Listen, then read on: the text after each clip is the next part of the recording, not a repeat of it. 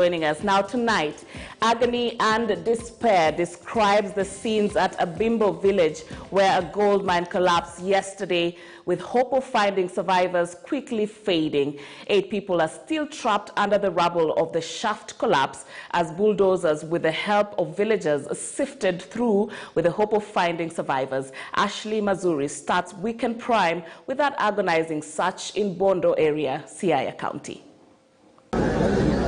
Around 3 p.m. Thursday, at a mining site in a Bimbo village, a mine caved in, trapping gold miners working under a mining shaft. 10 miners were buried under the rubble, but 2 were rescued, having escaped with minor injuries. 24 hours later, search and rescue efforts continue at the site. 2 bulldozers were dispatched to the scene early Friday to help residents in the rescue operations that continued overnight. For the better part of Friday, they dug through the rubble with hope of finding their loved ones alive.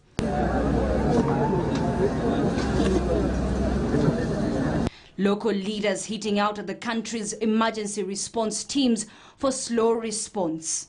Since yesterday, we are still talking to the disaster office in Nairobi. So the process, the bureaucracy that is in between the processes of emergency in this country, I think really requires that we must do something very, very seriously and urgently. We are not happy because at least they could have done something.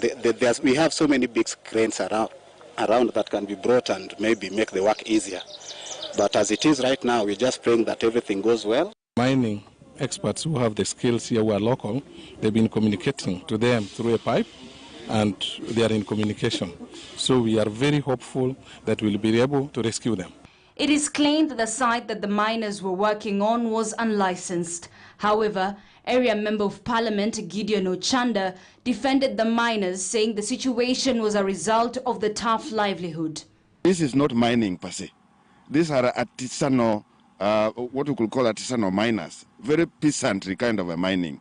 And they don't require any serious licensing to talk about.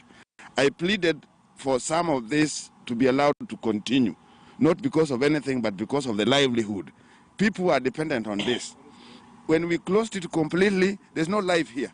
At the time of packaging this story, rescue efforts were still ongoing. Ashley Mazuri, KTN.